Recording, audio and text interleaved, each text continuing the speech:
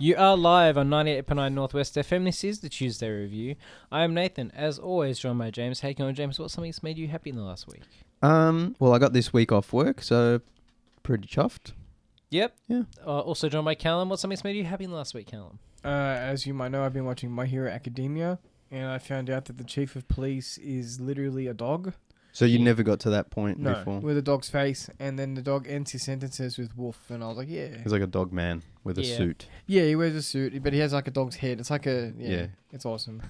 He's a good boy. As for me, what's made me happy is, I guess, got the week off like James, and also having a nice dinner at the end of PAX is always a nice thing. We usually will get a nice dinner at the end of it to celebrate the fact that we survived the weekend. Yeah, we went to somewhere we don't always go, which was nice. Yeah, and that was a good time. We'll get straight into it with some housekeeping and announcements and such. Take it away. First, if you're listening to this on audio, thank you very much. Remember to rate, review, and all that stuff. But if you want to go on the YouTube, we'll have some footage of us walking around the PAX conference floor. If you want to stop that now and go to the video, you can do that. Make sure to subscribe to the YouTube because we'll have lots of other PAX videos up very soon. Speaking of videos on YouTube, I finally put up the Q&A video from Monster Fest of the resident screening. So you can see that on our YouTube channel, the Q&A with the cast and crew of Residents. And there's just a quick, a few questions from the audience, and they talk about the film. So that's really cool. There's still some time before the movie gets a proper release. But it's the ongoing saga, and we wish Matt Myram's luck with getting the film finally, out there to everyone, so our listeners can finally figure out what we're talking about when we talk about the movie. That's it. And then the other thing we did just before PAX last week was we went to see friend of the show Ross Purdy, his new comedy show. Ross Purdy performs at the Black Lodge. I think, like all things David Lynch, calling it a comedy is also a bit misleading. It's not just a comedy; it's very deep. It has multiple layers. Well, so I mean, we were promoting on the show, and we talked about how I was like, if you like zany comedy, Eric Andre, Tim and Eric kind of stuff, that's kind of Ross's vibe on stage. And then Ross was like, "Oh no, this one's a bit different, so be warned." We saw it, and Ross was worried that it wouldn't be a good introduction to him because you haven't seen his stage. You've seen some of his stuff online, but not like one of his actual hour stage shows. But we all loved it. I mean, it helps being a David Lynch fan. Oh yeah, because we got all so many references. Yeah. What I liked about it was full of heart. And it was intelligently written. It was funny. The jokes were funny. Even though obviously it's not $1 million production, but what he did have, he used really, really well. Yeah. The mixture of audio, visual through the projector onto the screen. Yeah. And just the character work from a one-man show was really well done. The use of the props was really well done. Yeah. It was very emotional. But it wasn't.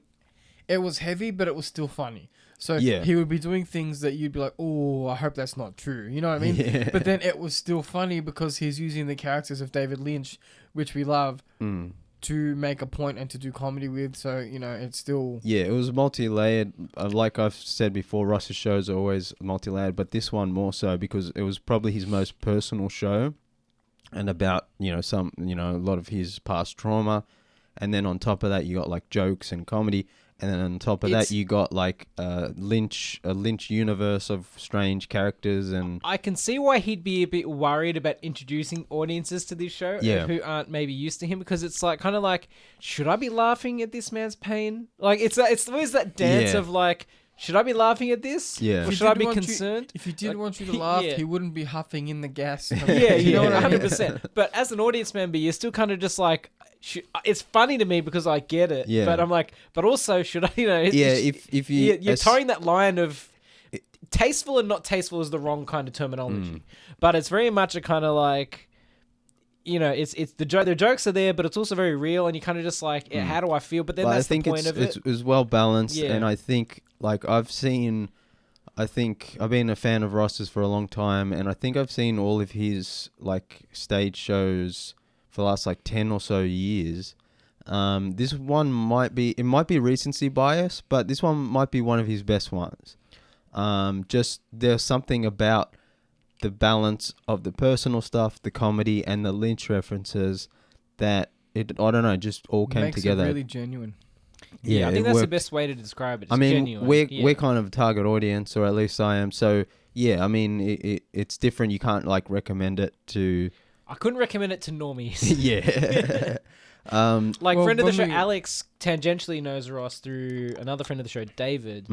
And like I said, we're going to this show, and he was like, "Oh, I'm interested, but I'm also not that big into David Lynch." And I'm like, in retrospect, I'll be like, you know what, Alex, maybe sit this one out. Yeah, David's not really familiar with a lot of David Lynch stuff, so when he saw Ross's show, he was like, "Yeah, I mean, I got the gist of it," but he wouldn't understand any of the references or. What's interesting is when we were sitting in the waiting area, the little bar area. Two of the people who were serving their drinks there, I was like, "Oh, you asked me what I was going to see," and I said Ross, and they're like, "Oh, I've heard it's intense," and like there was like this. Yeah, there's like the word of mouth that was and some like, people. What am I in for? But it ended up being really great, really genuine, really funny. Yeah, we all loved it. So shout out to Ross, congratulations on a great show. He said that that's the last time he's ever performing the show. It was just that run. Fair enough. So that's fair enough. I imagine it will take a lot out of you, to be honest. But make sure to follow Ross Purdy on social media and YouTube and all that stuff. And check out what he's doing. He's always doing fun stuff. He has a podcast with another comedian Damien Vosk, Late Night Party Boys with a Z. So check that out as well. That's come back recently too. His next show is at Transcendence again. On the 18th of October, he's doing another Revive Ross. Yeah, which Revive Ross, it's like it's a parody of Kill Tony. Yeah. Where Kill Tony, if listeners aren't aware, is a real podcast kind of stage show where a bunch of really mean-spirited comedians kind of come together and they pick apart and critique open micers. Up-and-coming open micers, yeah. And, you know, they're not great people. Yeah. That's most of them. It's become a huge phenomenon, but unfortunately it's... Lots of homophobic, lots of kind of, you know, I guess things that aren't generally okay anymore. Yeah. And I guess Ross is trying to subvert that and turn it into... Yeah, Ross is doing positive, like the good version of that. Or, you know, trying to a more supportive version instead of just being like, you know, making homophobic comments and shaming people off stage. Yeah, which is exactly. Probably not a great thing to be doing. No. Alam's coming in there. He heard homophobic comments. I'm all about it. Talking about my favourite hobbies. See, Alam's one of those evil Twitter AIs who's turned into a Nazi, so... How you doing, Alam? What's something that's made you happy this week? This week was probably PAX. Very good. Yeah, it had some ups and downs, but we had an enjoyable week, and we were very thankful. How's your voice holding up? Oh, it's all right. It's all right. Me and Callum... I'm talking really loud. Me and Callum... Do you need a medical assist now? No. Me and Callum sound like Nick Nolte. Mate, you got no idea the pain I got going on. Yeah, so I'm alright for so far, but Callum and James are copping it. I think you just got the conflict, or...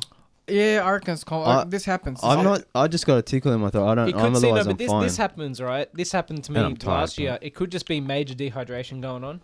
Nah, I was drinking this year. I mean, I've been drinking a lot. But water, Callum. Yeah. Oh, well, Callum doesn't do... Yeah, no, but you know me, I drink water all the time. On Sunday night, I think. Yeah. No, I drink water all the time, you know. We're just joking. No, it's you know, it's interesting if listeners have never been to a huge event, because this can happen from concerts as well. The Conflu is a real thing. I've copped it from PAX multiple times. I copped it from My Chemical Romance concert. Yeah. So did a friend of the show, Alex, as far as I understand. Yeah. Sometimes, I think last year I came out unscathed, but the year before that I didn't. So yeah. I think it's just Conflu, but, you know, I'm tired. I got to... No, it happens every year. It could be mega COVID. I don't know. But it's probably... the thing about it is, like, when you think about what is at PAX... the amount of people at PAX, the amount of ailments that if people have got, when you've got like, I don't know, what, high five figures going around there in the like 80,000, 100,000 people. Oh, wow. And you're putting on headphones that thousands of other people put on. You're touching controllers that other people put on. You're brushing past people. You're talking to them. People it's coughing inevitable. in your face. Oh yeah, that's my my major gripe is people coughing and sneezing openly Just without general any hygiene regard. awareness. Yeah. Before we get into what are you saying, PAX has a lack of hygiene awareness? Or before we get into what made like this was a really great PAX, and we're gonna break it down for the audience. Yeah. But before we get into that, my one major criticism with this PAX was I smelt things I didn't want to be smelling. And we've talked before about con smells and like people just need to be smarter. Yeah. You know, like I'm not gonna lower the audience to, you know. Yeah. But just come on, man. It's an unfortunate consequence or whatever side effect of having to go to a massive nerd convention. Yeah. But also, to be fair, in any situation, like, you're going to notice the bad smell, right? Versus, let's just say you might walk by 80 people that smell completely normal, so you don't notice the smell. Yeah. But that It 81st sticks out person because It does hit you out. that smells like Shrek is going to kind of, make your eyes water. Yeah. Yeah, that's true. But I think PAX was good. I think I described it to James as the experience, like the content was similar. The experience I got last year, just due to luck, was probably better. But that's because I just found myself being in the wrong space at the wrong time to play the games I wanted to play. It was very busy at times when we wanted to play certain things. So a few games I just missed out on because I wasn't willing to wait an hour to play because those people were lining up. And that's just, like, the content was great. Yeah. It's just I was unlucky. Yeah. No, I mean, it's always busy and it's always hard to get a spot, especially on certain games that are popular. But yeah, so sometimes this year it felt like extra... bit of a, extra busy, but I mean, we got to see a lot of great stuff, play a lot of great games. Yeah. Is there anything we need to talk about before we start getting into everything we every saw? year PAX has the cosplay championships. Which this year saw Georgia Costumes cosplaying as Rococo Bunny take out the title, sealing their ticket to the World Championships held in the UK next year. Oh, wow. So congratulations to them, because PAX Australia is always like one of the funnel legs in that championship. And the cosplay scene is massive globally, so congratulations to them, and hopefully they'll succeed in the UK. The people are just so talented and like when it comes to like making these massive costumes with all these intricate... I always say there's nothing to make you feel like the epitome of an untalented hack normie. Not to be cynical about it. Then going to PAX and being surrounded by genius of all kinds. Oh yeah. Every time we walk through the Indie Rising, like where all the video games are, and so it's like people are so creative. And then just the cosplayers. And cosplayers. Like, how do you make that stuff? It's amazing to me. So much dedication, and it's like so accurate and amazing. Should we go through everything we sort of saw? Not everything, obviously, but all the main things that we did and saw throughout the con. We'll start very briefly. We have a list in front of us for listeners, but before we get to that list, I'll just quickly weigh in with something me and Alan did during Media Hour. We went to the Nintendo booth, which was probably a good decision to get it done on the Media Hour, Alan. Yeah. Because Nintendo is one of those companies that your line doesn't matter what you want to see. Like, the line to get into Nintendo is the line to get to Nintendo, and you're there for an hour no matter what you want to see. And it's popping off all the time. Oh, yeah. And another thing I noticed about this PAX is some of the demos seem to be longer than usual. Oh, yeah. And that's kind of another problem with PAX, or just while we're talking about little minor criticisms before we get straight into it, is I would probably half the length of the demo times. If you want to get that many people playing. So we talked to some developers. James and me talked to some developers about this as well. And the recommended length is about 10 minutes. But quite a few of the developers we talked to, for whatever reason, just could not alter their demo to get that done in time, because that's not... If you're working on a game and you have to... they might have a chunk that's one level that takes half an hour. They'd have to alter their game to get that 10-minute chunk. You should know that going to conventions. That's what I was going to say. It has to be we have to have if you're like doing the convention circuit, right? You should have a convention demo ready to go. Yeah. So that's another kind of niggle I had with it, like just a small little problem that I felt like it's an accessibility thing too. Like, yeah, sure, if I'm the developer, I can get this done in 10 minutes, but a kid or someone who's not as, I guess, big of a gamer in quotes isn't going to take 10 minutes. They're going to take half an hour. Yeah. Which is not their fault. It's the design of the demo. And I don't, when someone's playing and they're there for a while, it's like I don't have a problem with it because I would want to sit there and play the whole thing as well. No, of course, but also you kind of want to get people through playing, give everyone a chance to play. Yeah. Yeah. That's just a minor nitpick, and that kind of happened at Nintendo a little bit, and that's why it takes so long to get through the Nintendo queue. Because like the demos are maybe slightly too long, and when you're something as popular as Nintendo, you need to be time limiting that demo. Yeah. Yeah. They need to double their they need to double their stations. Yeah, especially considering Nintendo, the one we went to see, Pokémon Legends Z to A, was a 2-part demo. So you did one demo on one console, and then they had a completely second demo that picked up from that first kind of one. Huh. So you're like every person is there to play 2 demos for the same game. Interesting. So you're kind of like, it feels like Nintendo they didn't want one Nintendo. big long. It feels like they didn't want one big long demo. So they're like, let's just chop it up into 2 demos, right? And we're gonna have Nintendo people always got to playing- be like. It's just weird decisions. That's Yeah. Nintendo's actual trademark. Yeah. I think I was talking to James about this actually. It was either James or friend of the show Christian. Where I was talking about how the demos should be essentially just feature demos. Like, if I was a developer, you'd want to show off, okay, here's how the combat works in my game. So you'd have a combat demo. And then you could see, here's how whatever the exploration works. So instead of playing an actual, like, part of the game, what you do get instead is you get the vibe of a game. You get to understand how it runs. Like, a few years ago, Kingdom Hearts 3, a few years ago. Yeah, continue. Yeah, like 4 years ago. Yeah, doesn't matter. And it was like a really interestingly built demo that let you play the game, get a feel for it, but you didn't overstay your welcome. Anyway, I can understand why they did it this way at the Nintendo booth, because then you can get 2 people coming in playing that demo because they've split it into 2. Yeah. But at the same time, then maybe you should consider, maybe I don't want a 45-minute long demo cut into 2 sections. Just have a smaller experience, as Callum was saying, a smaller scoped, feature-rich experience. Because then you're blowing out the queue times. But I mean, did you guys enjoy the game, the Pokemon? Alan played it, and Yes. I recorded.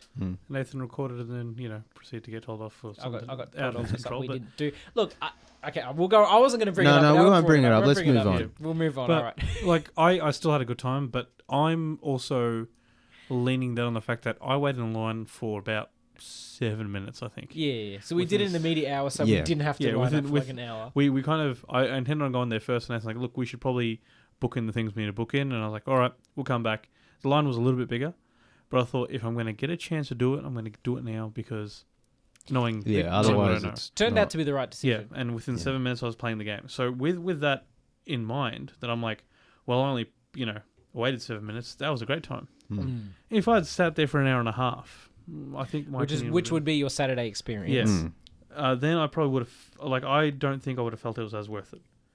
Like the demo was fun. You kind of got to experience, a solid amount of the game. You got to do a bit of a challenge kind of battle. Pretty cool. But like I said, if I had been sitting there for what would be an hour and 40 minutes for a game that's going to come out soon in 2 days, I'd be a little bit upset. Yeah. But I guess everyone's got to balance out. Like, we were there to actually work, actually film content. So maybe my time value is different versus if you're there. Well, that's the thing. Is people there, line up, so they must value it. If you're a Nintendo fan, you're a Poké fan, or you're there with a kid who loves Pokemon, you know what? It's probably worth it for them to line up, because this is like a magical experience for them. Yeah. Well, a friend of the show, Jake, likes to line up for, even though he's... Did you play Pokemon, Alan? I don't think Jake No, did. this year he didn't, but usually I'm saying... Yeah, no. I think because the thing is, because the game's coming out so soon, I think Jake was just like, you know what? I'm going to wait because I'm going to get it anyway. And he doesn't even have a Switch 2, because no one has one. Christian. Well, but Christian's he never played it. It's still in the box. Yeah. Anyway. All right, let's move on to what else. What are the other things we got up to? So we talked with Anthony from Blood Vow about Survive the Night. So who played this game? I think it was Alan? Yeah. Yeah, this was the sort of Diablo-esque one. Yeah, the sort of not top down. It's like isometric. Yeah. You have to get through the night while the vampire ghouls come out. Basically, come and steal your peoples. Yeah, you have to protect the village. Yeah. So it's the way they described it is, I think roguelike in a way, where it's never the same, realistically speaking, but also it's progressive difficulty. It's a modification of I guess defend the castle kind of games as well, where a lot of times, especially like flash-based defend the castle style games, you progress far enough into the game, you don't need to do anything else. You kind of just win. Not win, but like you've got enough like minions and other things working for you that it gets easier. The game's obsolete. Whereas this gets progressively harder, and the difficulty curve is significant. That you need to be kind of on the ball. Yeah, which I think is a great kind of. It's also a co-op game. So like, and during the day you're safe. You can mine resources and set things up. You can set things up, and then during the night the monsters come out. But then each round or whatever, the days get shorter and the nights get longer. Yeah. And so during the day, any ghouls that are there freeze or turn to stone, and you can kill them. But if you don't kill them because you're busy, they once again will come back and function. You have to decide what you want to focus on. Yeah, which is an interesting concept. Yeah, and so as I mentioned, Anthony mentioned that the game's still in pretty early development. We built a couple of statues that would give us buffs, but as soon as I had more money, I want to go upgrade the statue. Natural inkling, but it's like, no, we haven't done that yet. That's part of the next bit of programming and production. But that was like just they're aware of it. They understand it. That's where the progression of the game will go. That as you get more funds, you kind of build up those towers as well, kind of up your skills. But it's still a constant battle. You're not ever, like I said with other tower defense games, you're not ever bored. Yeah. You're like, I got to get onto this and I got to get my shit together because the next wave's coming. Yeah. Yeah. So that's on Steam. You can wishlist it now. Yeah, support Blood Vow Survive the Night. Wishlist on Steam, and yeah. The next game we played was Lunars, and we talked to Waleed. Lunars is like a Mario Party clone, essentially. Yeah, party game. Based on zodiac animals and such. Yeah. This is also on Steam. You can wishlist it. Amazing game. This is right up our alley, because like the boys like to play the party games, and this is one I think Alan's very competitive.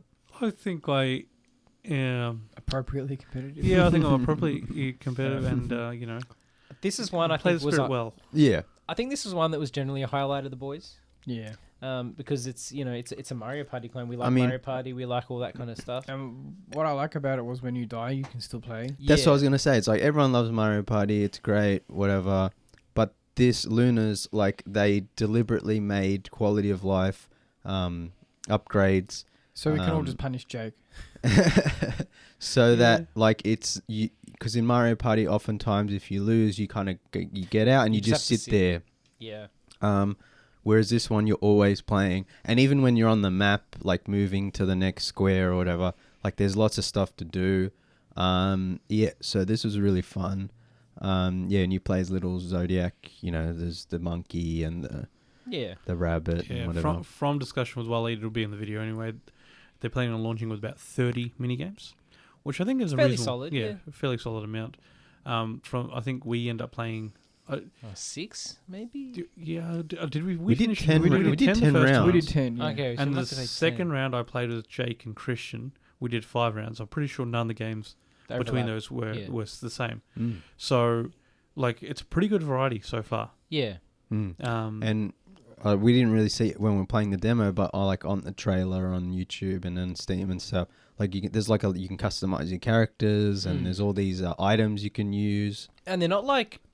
The games aren't similar. Like, some of them operate very differently. That's the other thing. It's like nothing in the game was like... It wasn't derivative of another game. Yeah, I was like... It wasn't lazy. It's easy for us to say it's a Mario Party style game, but none of the party games were just knockoffs of Mario Party. They were all unique to Lunars. Yeah, they all had something fresh about it. So we can't recommend this game enough. Please wishlist it on Steam. Keep an eye on it. Waleed also indicated that they'd be looking at bringing another 15 levels or 15 mini-games pretty soon after launch as well. Nice. So they're already kind of working on it, making sure it's going to be iterative. You don't get bored of it. I think this is one of those things where it's like, if you do it well, you'll have a loyal fan base. Oh, yeah. The next game we played, me and Alan had a chance to play Dream Team Supreme. Yes. We talked to Sammy. Keep an eye out for the interview. Yep. Was that the game name? Dream Team Supreme? Yeah. Or was that the developer name? That was the No, Dream Team Supreme. It was like... it's a kaiju kind of... Like a turn-based... You're like a giant robot fighting kaijus. It's got like- cards as well. It's Yeah, like but there's, like- Pacific Rim meets like kind of a Power Rangers-y kind Yeah. of old school kids cartoon aesthetic. Yeah. Me and Alan quite enjoyed it. I think I enjoyed Oh, it. You enjoyed it. It's kind of takes it's a twist on that kind of. It's like A deck builder. a deck builder Yeah. kind of roguelike. Yeah. But it's a cooperative one where myself and Alan have to work together controlling the robot with our cards Yeah. to defeat the enemy. Mm. And we got through 2 levels reasonably successfully and got absolutely annihilated on the 3rd level. Apparently Not that. the clams. Apparently the clan was one of the hard, and it's randomized. So like, that's one of the hardest ones. But yeah, the kaiju aren't just like normal monsters. There's different funny ones. Like there was a giant stone foot. Yeah. And all these different. And each of them actually have like a strategy you have to use to defeat them. Otherwise, you will just die. So it's not we can't just brute force. You can't just button mash because you have to think about what cards are in your deck and what you want to use. And one thing I like specifically about this game was that it's online but not local. So like I can play at home with Alan, who can play at home with me, and we're working together. And it just feels like it'd be a cool experience. Yeah. And importantly, between, I guess, battles, it's not like there's nothing to do. Like you, as you progress to the area of the battle, you can do a bit of gambling. Let's just say. Yeah. Another thing It's right up. Yeah, right up. It's not Alan's alley. gambling, but there's multiple paths to basically take. Yeah. To the battle, and depending on which path you take, you either take the safe path where nothing really happens. Other paths, you have opportunities to actually earn more cards or rarer cards, or you can get your cards covered by sand by digging, and then your cards aren't usable. So there's punishment. Like it's proper gambling. Like there's no monetary thing, but there's a risk and reward, which kind of makes it more interesting. And this was one of the New Zealand games, This right? is from Code NZ, yeah. Yeah, shout out. They always have a good offering, Code NZ. Yeah. At PAX. Then we talked to Kurt from Your Holy and Virtuous Heretic. I didn't get to play this one, but it looked really cool. Who played this one? Not me. Me. Oh, yeah. Sorry about that. Callum's just like, I better get Callum's off Twitter scrolling now. on Twitter. No, I wasn't. Come on, Callum. Yeah, tell us about right. the game. So it's a really interesting one. I played it on a CRT monitor, which was really interesting. Their setup was really cool. It's a mixture of 3D, a 3D like environment, 3D sprite like enemies, 2D sprites. It's kind of like Heretic or Hexen, those old games. But it's inspired by JRPGs like Shin Megami Tensei, the Persona franchise. So there's a lot of like demonology lore in it. And it's like it's like dark fantasy. Yeah, it's inspired by like your kind of like your subversion of fantasy tropes with an occult lean, much like Shin Megami Tensei is the whole kind of, instead of fighting enemies directly, you can talk to them. They might attack you if you make them mad. Do you know what I mean? So there's like an RPG element of like. Yes, but it's a little more. I want to use the word Undertale, Earthbound-y kind of thing, but it's not. Okay. It's good. I did find that the demo, I'm sure the full game will be probably a little more clear. But the demo itself was a little difficult to understand in terms of direction. I didn't really know what I was doing. I didn't really know what I was supposed to be doing. Okay. I didn't know what direction I should be going in. So for me, I treated it more as a demo of functionality rather than playing the game. Yeah. But so what I found though was I can't speak about the sound design, I will say, because I didn't want to wear the headphones. But it's a really tight, in terms of art direction, it's really tight, really interesting. Really cool visual stuff. It's got great world building. It's mysterious. It's one I'll be buying when it's released.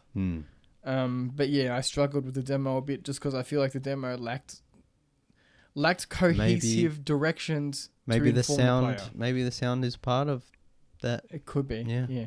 But it's also it's crazy loud and busy on the con floor, so it doesn't help with orientation. Yeah, but yeah, Your Holy and Virtuous, that one looks really cool. That's on Steam as well. Yeah. All these games will be on Steam.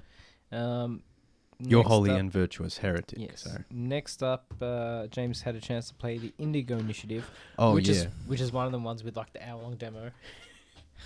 Oh yeah, I had to stop playing it. Yeah. No, that was one of my favorite games I played. The Indigo Initiative. It's kind of like Portal, It's got it's like first person sci-fi puzzle game. Almost shares some DNA with like a game like Memories Reach a little bit. Yeah, which we talked about before, and we'll talk about later as well. So yeah, you it's got this cool retro futuristic kind of 80s but futuristic style, and you've got like a gravity glove that works like the gravity gun in Half-Life 2, and you can move objects. And then you've got like an element gun where you can use it. So in one example, we could absorb the element fire to deal with melt ice some block. ice. Yeah. So yeah, if you find some fire or electricity, you can steal that. Absorb that into your gun, and then you've got fire in your gun, and can use that to traverse the environment against vines that are blocking your way. You can burn those, or we can melt ice. So that was really cool. It looked really great. The graphics were... Not just graphics, but, the design, the retro-futuristic. Gameplay was really nice and smooth. And, yeah, I just like the puzzles and the world building. Yeah, the world building and the environments and how you traverse. There was one puzzle where I had to, break open, smash the base of a giant statue, so that then the statue fell down, so then it made a bridge, and that was some really cool environment where you're in this kind of ancient canyon and also you traverse different dimensions, like parallel universes, so each level will have its own kind of unique vibe, which is really cool.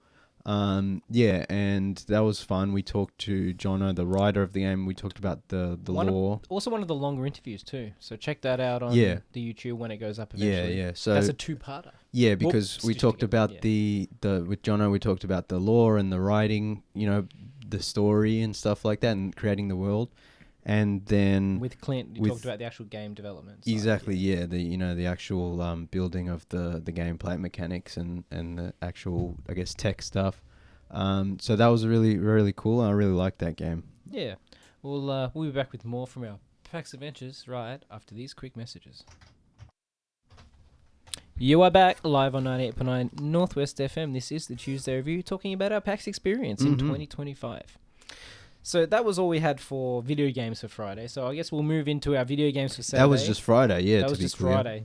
So Saturday we played a game called Canvas City. Well, we actually didn't play this one. Yeah. No, we didn't play it. Okay. Me and Alan were off doing something else. So James and me saw this really cool game called Canvas. Well, we locked in. Or did we just see it and we were like, that's cool? Yeah, we just saw it and we were like, we should talk to these people. It's a non-violent tactical RPG about overthrowing a fascist government, I believe. Yeah. And the art direction looked incredible. It was really cool. This is another New Zealand developed game, and they're moving in on our turf. It's got kind of like Jet Set Radio Future. Yeah. This kind of cartoony, cell shaded style. Skate punk. And you're inline. You got inline skates, and you can graffiti. And there's this fascist government that you have to fight against. You're this resistance movement. But it's it's a non-violent approach. They're like, how can we take a game and introduce non-violent mechanics to win the levels? And it was actually a really interesting interview because the producer we talked to, Nadia, actually worked on the award-winning game Dredge, if you're familiar with that game. Yeah, that's a game I really want to play. So their success on Dredge allowed them to make this game, which is the passion project. And it was interesting to talk to a producer because most of the time we talk to writers or developers. Yeah. But someone who's more of the business side was something we don't really get that much exposure to. And it's interesting to hear them talk about, spreadsheets and that type of thing. I'm interested in that kind of behind-the-scenes stuff. Yeah, because it's an indie game and, the passion project, it's not just... She just wasn't a business person. There was a passion for the game. And it's not... You're also hands-on across the entire scope of the game. Yeah. So definitely check that one out. That's Canvas City. Really interesting game. Looking forward to hearing more about it in the future. Yeah. While Callum and James are doing that, myself and Alan were at the other side of the Code NZ section, talking to Sam from How Was Your Day, a point-and-click adventure about finding your dog while being stuck in a time loop. which I got a chance to play on the Sunday, so that was a good time. It's myself and Alan and all the boys in the studio, we're big fans of the Call of Duty. We're not point and click experience. Yeah. Hey, we were fans of Call of Duty once. Click of Duty, yeah. Click of Duty, yes. The point and click games, your Grim Fandangos, your Monkey Islands, your Grim Gabriel Fandango. Knights. I could play that game once a year and be a happy boy. So we were kind of this lady's target audience, and she's like, "Do you like point and click games?" And me and everyone's just like, "Do we?" Boy, do I! Yeah. So we're kind of already bought into this game. We watched some gameplay before talking to Sam, and she was lovely from Mad Carnival, I believe, is the company name. Again, all these games that we're talking about today are on Steam. Go and wishlist them if you like them. You can look them up, see if they suit your vibe. And the art design in this game is excellent. Yeah, it was nice. It was like, what would you compare it to? It was like... I mean, I guess hand-painted, some of it. Like hand-painted backdrops with some kind of more, like, not pixel art, but obviously more kind of... Yeah. Video game kind of... Not cartoony, but like there's this nice drawn quality to it. Yeah, and especially when you like open a cupboard and you get a really gorgeous animation of like what's in the cupboard. So it's a really nice, well-made kind of experience. It's like set in in a New Zealand town, and you like... it's on the day before Diwali, which is an Indian holiday. Okay. It's kind of got that a different culture about it. It's about like that Indian family. Okay. Their kind of culture. And Diwali's coming up too. Is it really? Oh, nice. There you go. But so it's got a bit of extra about it too. You've got some different cultures, some different experiences on the table. And this is like this girl loses her dog, and you have to it's in a time talk loop. to people and find out what happened. Yeah, so the lady described it as like Groundhog Day meets Stranger Things. It's like set in the 80s, and so it has all that kind of retro vibe about it too, which we appreciate. And it was a lot of fun. Go again. This interview will be out on the social, or the YouTube eventually. We're getting old. We can't pump them out as quick as we used to. Oh yeah, but they'll get up eventually. Yeah. And then we talked to Ben from Memories Reach again. Yeah. So Ben has been showing Memories Reach for the last few years, and we've caught up with him again this year.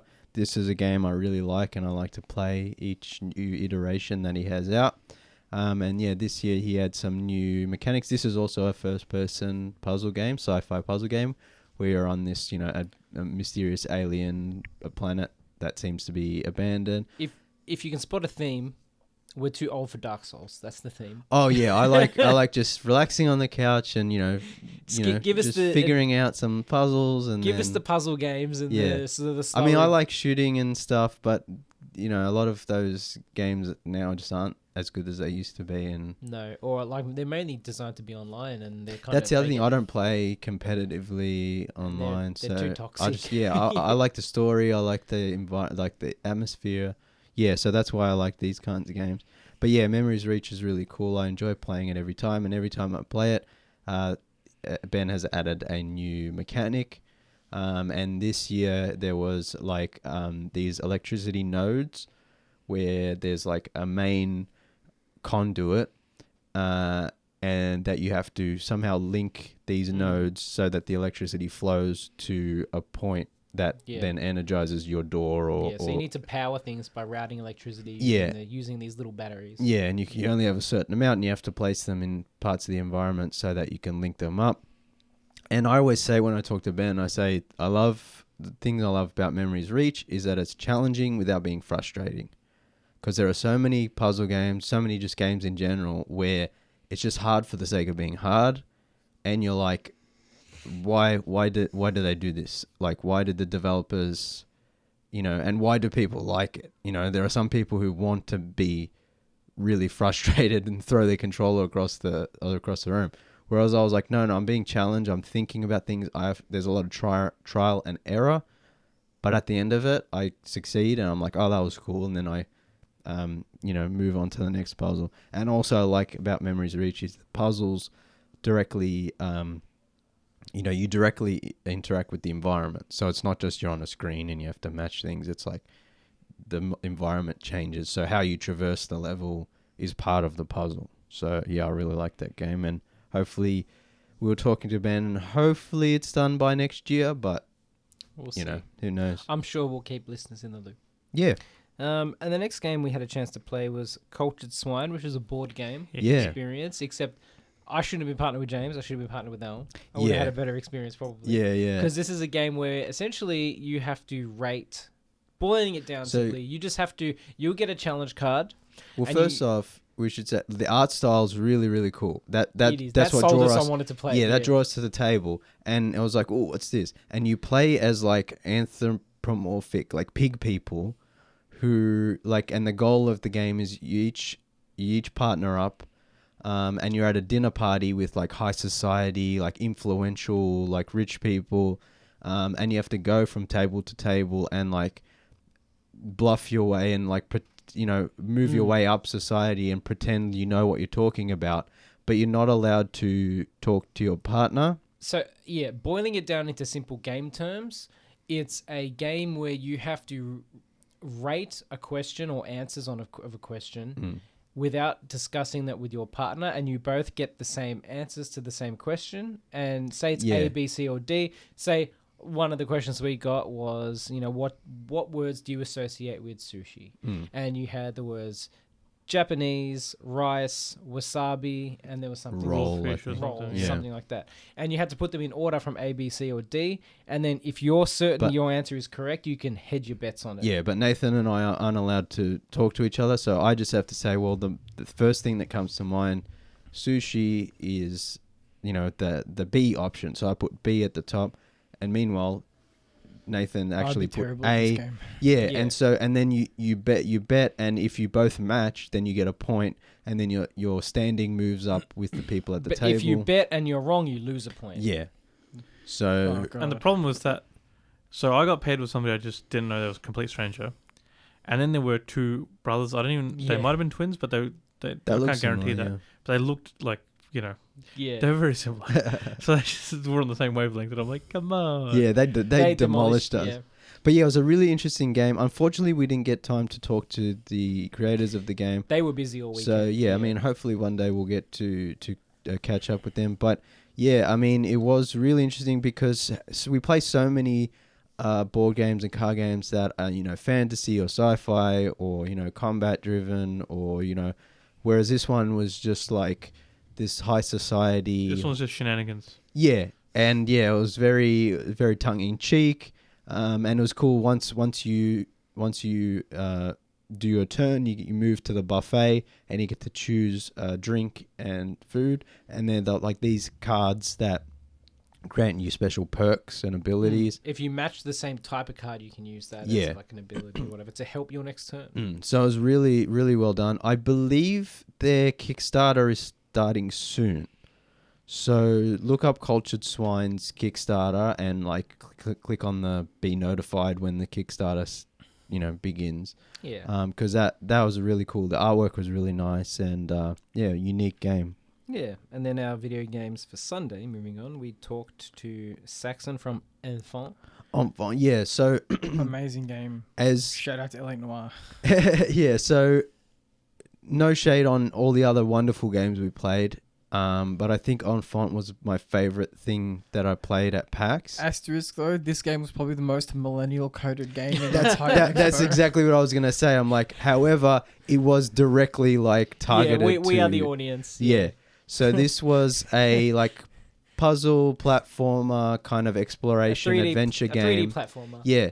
I guess, Jack and Daxter or Ratchet and Clank. I think you mentioned Banjo-Kazooie. Banjo-Kazooie, which is, one of my favorite games. So, like, obviously for this millennial kind of audience, it's perfectly tied to us. And then on top of that, it's set in like a post-apocalyptic future where all the humans have dined out, and you play as like an elephant man, and he's on an adventure to find his herd. And meanwhile, like you're collecting like these little frogs, and you get to put them in your backpack, and then you walk around and you traverse the environment, and because you're a big elephant, you can move giant concrete blocks so you can climb on them and get to the next part of the stage. You can use your trunk to slurp up water and shoot it, spray the water onto like oil spills and stuff to clear your way. You can use your lantern to light vines and stuff that have blocked your way.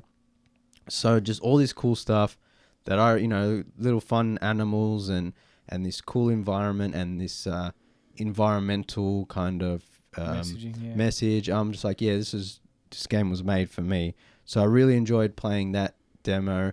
That was a really long demo too, so I had to stop playing like halfway through. But yeah, everything about it, I was just like, I can't wait to very play talented this team fully. behind it. Yeah, and as Callum was referencing, Saxon, who we talked to, who's the director of the game, he worked on LA Noire over at Team Bondi. Yeah, back in the day. So, and that was obviously a huge. And as I always do, I embarrassed myself when I was like, I was like, oh, do you know how often I say press X? No, he knew what we were talking about. I'm sure he hears it everywhere he goes. It's a meme. It's a meme. Again, a millennial problem. Yeah, exactly. It's So Enfant, that's a really great game. I'm really looking forward to the full release of that. And the last notable game we played and had a chance to talk about was BraveCart. I didn't play this one, but Callum and James, didn't they enjoy it? Sick game. This is really fun, simple, relaxing. It's on Steam, wishlist on Steam, and also it's coming to mobile because it's a kind of like a fun, kind of light puzzle game where you play as a shopping cart who has to break up the duopoly of like the two major supermarket chains by freeing the other shopping trolleys. And you have to. There are all these abandoned shopping trolleys around the map, and you have to collect them. Yeah. But there are obstacles. The employees, the retail workers. Yeah, so there are retail workers who want to return the trolleys. Who want to grab. So if you run into them, you get caught, and you have to restart. And also the trolley can only move in a straight line, and it only stops when it hits something. So you got these maps that are kind of like top-down grid, and you have to like move. I guess Bomberman-esque. It gave the way that the maps are designed gives me Bomberman vibes. But it's I can't. Yeah. So you basically have to figure out how to move, like move your trolley, collect the other trolleys, and escape. If you played enough video games, you'll know it's like an ice puzzle. So it's like those kind of games when you're on the ice and you can move in one direction to hit something. It's like those ice puzzles where you can't walk, you just have to slide. And you get points for how like the minimum moves. So if you only do a few moves, then you get like 2 or 3 stars, and if you take a long time to traverse around the map, you get 1 star, and like so that there's replayability. But it's also light, like I was saying to Callum after I played it, or I think maybe Rick, who we interviewed afterwards, might have said to him, it's like it engages you and your thinking, but it's not so hard that you're like, oh, this is a slog. It's like something you could just flick on your mobile and be like, all right, I'm going to play. It's a couch game, right? BraveCart. You're tired after work. I'm just going to put it on and enjoy it because there's no violence in it. There's no tension or stress involved. Because when you just repeat the level, it's not not traumatic to lose. Yeah. Do you know what I mean? You're not like, oh damn. And it's got a nice cartoony, colorful art style. And it's very approachable. It's very got accessible. a little bit of a tongue in cheek, humor about it. Rick was a really great guy to interview and talk to. Yeah. Even after the camera stopped rolling. He also has great movie taste. Yeah. His favorite film is There Will Be Blood by Paul Thomas Anderson. Yeah, we were talking about PTA after we turned off the thing. But his studio was entirely self-taught. And he's one of those guys who says that you don't need to go to film school to learn to be great at making games because YouTube, Blender, all these things, all the engines are free to use, free to learn with. That's something I always like to ask small team, people. And they're building such a great little game because not all, like you look at Balatro, for example, it was like last year's hit game, one guy. Yeah, not everything has to be super complicated. It's great to see like one guy, for lack of a better word, a normie, as opposed to like the AAA titans of industry. Yeah. Well, also at PAX, showing his game. His game was popular. Like there were always people playing it.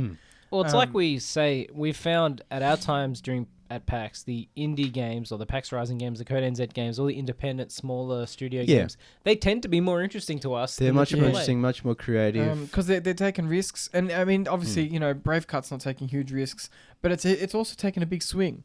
Yeah. Because it's not like we only saw a small portion of the game, but there's a proper story. There's going to be characters and story development and cutscenes in the full version. His demo was like the kind of thing I'm talking about, where it's like, here's how the game will play. Yeah, here it's are some like, different puzzles. Yeah, and it's like, here's a showcase of what you can expect to see in my game when it comes out and when the demo comes out. But it has this really Pixar-y vibe to it. Yeah. Which I think is what's going to be fun to play it on release, when we get to see the story and the cutscenes and the world building. See this shopping trolley and the receipt who rides on top of the shopping trolley. Who's like Scrappy. The brains of the operation. Yeah. Yeah, really great. Yeah. So we'll move on. We also played some tabletop. We played more tabletop this year than we had in any previous packs. So we played one session a day. Tabletop usually, books out straight away. And so we always try to get at least one in. We always get one at least on a Friday because we cheat. Yeah, well, yeah, because we get in a bit early. But yeah, I mean, even when we didn't get when you guys used to go, and I didn't come, but when you guys used to go before we had the media, you guys always tried to book in one session. I think it helps now that they have the ARC in there as well, and it's not just the big ones. Because the lines for the ARC games are much lighter, and no shade to the big wigs. But the ARC games are also kind of more interesting. Yeah, that's what we say. The indie games are always going to be more interesting in a lot of cases. Yeah. So we started with Cats of Ulthar. I don't know what system this is based on. This is part of. Was this? This was Arc as well. Yeah, this was Arc. This was Arc. But I don't know what the system was. I'll look it up while we talk about it. But it was based in the Cthulhu the Dreamlands. Dreamlands. But we played as anthropomorphic cats, cat people, cat warriors, and we had to travel to save the moon. To the moon to save the king. Oh, the king, sorry. Yeah. So it's kind of like a D&D adventure, but we were cat people, and there were monsters, and we had swords and bows, and we had to fight our way through and find the save the king. Yeah, it was pretty cool. It was fun. Yeah, it was a good time. And we also... What was the other one we played the next day? That was Heimdall by Dragon James. Hymgard. Very quickly going back to Cats of Ulthar. I also find it funny that we did all the combat. Oh, yeah, that was... We just found our way into fighting literally everything we could. It's kind of on brand. It's just like, can we kill it kind of thing. Hymgard, sorry. Yeah. Well, because... I mean, we kept coming up against all these monsters, and I was like, should we try to defuse it or just kill it? And I think in that case, we were just like, let's just kill it. Yeah. And we were fairly successful at killing everything. Yeah. Yeah. Like I always say, there ain't no problem in tabletop life that can't be solved with violence. Enough violence will solve every problem. Yeah, and then we played Hymgard, which was created by Dragon Jane, who we had on the show a few weeks ago, talking about his dark, fantasy, sci-fi. That was right. Norse. Yeah, Norse-inspired books, and his tabletop world that he's creating as well. Fantasy age system for at least our session. But eventually it'll be his own system. And it was real danger because we got evacuated, Oh yeah, not even halfway through the session. We got the express experience because we lost 45 minutes of the evacuation. And there was a fire alarm. Everyone had to evacuate. But it was a false alarm. Someone had pulled the fire alarm. Yeah. Which is dick move. Well, I mean, there was, I think, apparently because one of the exhibitors had a smoke machine, and maybe they mistook it as fire, and it wasn't just someone trolling. I think also I'm surprised there's not more hazards at PAX, to be honest, with fire. I mean, you guys have been going to PAX for what, 10 years? First time it's happened. So, and this is the first time it's happened. With all the jank power cable management they've got going on, random Steam decks without all the overheating electronics and wires hanging out. I'm surprised it doesn't happen more often. Yeah, but that was good. Shout out to Dragon Jane for... Yeah, but we got let back in, and we kind of had to skip a segment, and then we got to finish the campaign. It was just a great fantasy story. Really fun. Dragon's he's a really cool guy, and he's also a really good DM. Yeah. He was very lively and accommodating. And we also... we didn't have a lot of combat in this one, even though Alan wanted to kill everything. but we were really engaged, and I think that's what it was more of a narrative-driven experience. Yeah, like that's what worked out really well. Was like I was like having fun with the world and the characters, and I was like, I don't care that we're not fighting. I mean, and one of the squirrel benefits- guys. I We mean, had so- squirrel guys. we had a we've squirrel played- man. Yeah. We've played with some fantastic DMs, and every DM's good at what they do in their own way. But one of the benefits of Dragon Jane's game was that because it's playing in a world that he's made himself, he has a really great understanding of the characters and the lore, and you know he can just throw that at you in a really convincing way. That's something because really. it's something that he lives and breathes. That's something that was really impressive too. He's just like, oh yeah, this is the god of, and he said the Old Norse name, and he said this is this and this is that, and I'm like, how do you remember all this stuff? So yeah, that was really fun. And then what was the last one? The last one we got a bit confused because the last one we played, Those Who Dare from Friends of the Table. Now this is kind of a cross between tabletop and like a cardboard game situation in a way. A little bit, yeah. So when they were like, Elements. "Oh, we're in tabletop," like initially we'd try and set an interview up previously, and like, "Oh, come by, we're in tabletop." And I'm just like, but that was just our logistical thing. That has nothing to do with we the couldn't game. find them, Yeah, and I'm just yeah. like, which tabletop are they talking about? Eventually, yeah. we found out that they were in the the Yeah. role playing tabletop. But this was a really interesting one because it's their own system again. Yep. And it mixes kind of card game deck building elements with a tabletop experience, which is something we haven't seen before. So what's really cool is the setting of the game. The session we played was like a Altered Carbon, Blade Runner-esque kind of far future, where we played as like detectives who had to find a serial killer and take them down.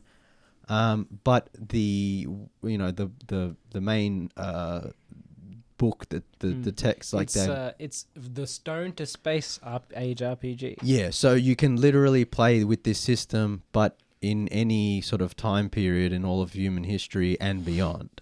So you can play in the Stone Age, or Callum. I think Callum and I were like, oh yeah, in this session we're going to play in the Napoleonic Wars.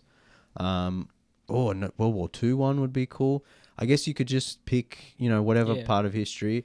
And their system was really interesting too, because as, I guess we started with D&D, and then we started, we moved on to the basic system, which is Call of Cthulhu, which we really like that system.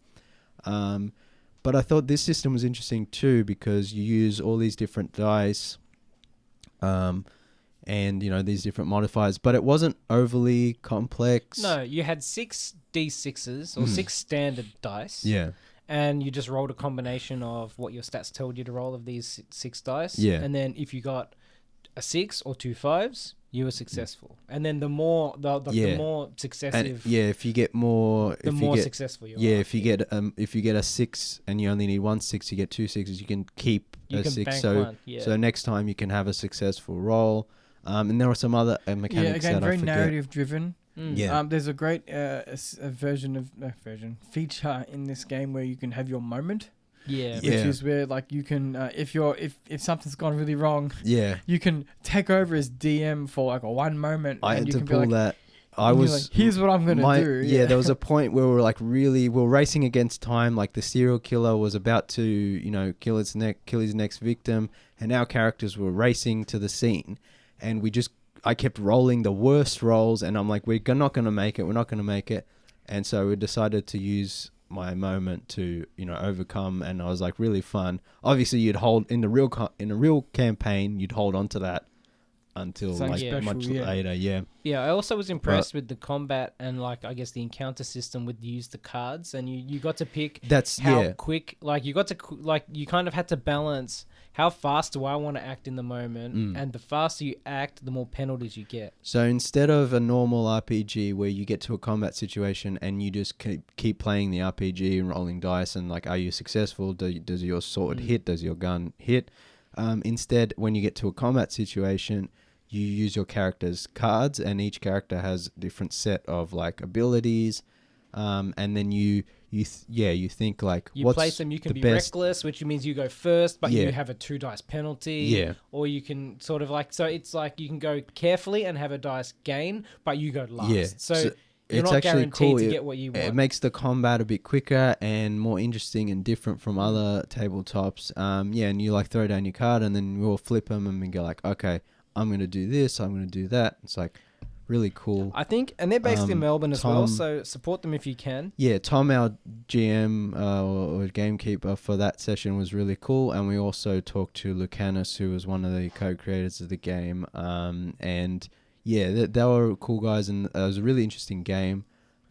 So yeah, they were from company Friends of the Table, so check them out. Yeah, visit their website and find them on Indieverse. Yes, Indieverse. Yes. Which, speaking of, tune in next week. Hopefully, if segue. everything goes according to plan, we will have some special guests. Yeah. Yeah. Yeah, so that's about all the time we got for tonight. I think we got through pretty much everything. Yeah, I mean, obviously there was much more we yeah. did. But we got a minute or two. We'll quickly. What's everyone's highlight, James? What was your highlight from PAX? Probably Enfant. I really like that game. Just playing as Elephant Man, collecting cute little green frogs, and then traversing the environment, fighting crab monsters, and really fun. Alan, what was your highlight at PAX this year? My highlight was not have to blow my ass out. No, Classic Alan. for those, I also agree with that. for those unaware, I've had some troubles the last few weeks. So no one likes to go poo in a convention, and Yeah. sometimes you fail. But anyway, the genuine highlight was actually Lunars. I think that's a game that we will genuinely just, we appreciate a review code, but we'll just straight up buy, because Waleed and his brother were lovely people. We were able to play the game twice, and it's really up our alley in terms of if we're getting together for a party game. Yeah. that is on. That is. I'm pretty sure it's up to 8 players. So Yeah, that's a drinking game Mm. with the Yeah. boys. Oh, look, so I'm going to parrot Alum here. My favorite thing was Lunars because 8 years ago, that'd be the thing we'd all be hanging out on a Friday night or whatever, just playing just cause. But shout out to the Bratwurst people for bringing their sausages to PAX again. Oh yeah, it's always good to just have got to, everyone talks about the video games. We don't talk about the Bratties. One each day, so, the food trucks are a highlight every year. The Bratwurst, you know what? Bratwurst So I got is really the excited best. when there was a fried chicken place. Yeah. And I got really excited. I was like, perfect. Well, that was new. Yeah, we were like, new. ooh. Yeah. It was good. They're not all. But- They're not all good. but Ask we- me about my experience with the Goslem. Yeah. But Bratwurst, gotta love a good the sausage. Bratwurst, the Kaiser truck is like always. the Goslem is on you because I was gonna say you that, but- coming from the northern suburbs where you could have all the best Goslem in the world. Yeah, and You you decided knew to go the to PAX you knew the and get out of a food sausages. truck. You knew the Braddies were there. I know. But anyway, no. I guess one of my I guess I'll echo Lunars, but as a second because that was probably the best time at PAX. But my second highlight was probably having the foresight, thanks to Alan, to bring sandwiches to the event. Oh, yeah. So I'm not paying $50 every day for food. That was nice. We got sandwiches from one of our local delis and had a bit of time, I would imagine. Yeah, all our highlights is like food related. Except Lunars. Anyway. Although, as you could say, it ate. Yeah. So PAX Aus 2025 successful. Yeah. Thanks, everyone. Good time. The interviews will come out on YouTube eventually. It might take us a while to edit them and upload them, but make sure you're subscribed to our YouTube channel to see all the interviews. You see interviews, gameplay footage, and other B-roll. Mhm. Yeah. Do nice little packages. Yes. Please follow us on all the socials at TuesdayViewAU, mostly on Instagram, Facebook, Threads, Newsmaster, and Blue Sky. Mm-hmm. And YouTube at TuesdayViewAU. Help us hit 100. Yeah, we're almost at 100 I subscribers. Thank you, Callum. Okay, there we go. Now So probably we should lose be 2. almost there. And give us 5-star rating on Apple Podcasts or Spotify. It will help us grow and get more views, get more listens. Yeah, we're also on Letterboxd. I'm Nathan B_90. I'm ChannelDrifter. I'm Alum20. Now, Come Tuesday. And we'll be back with more next week.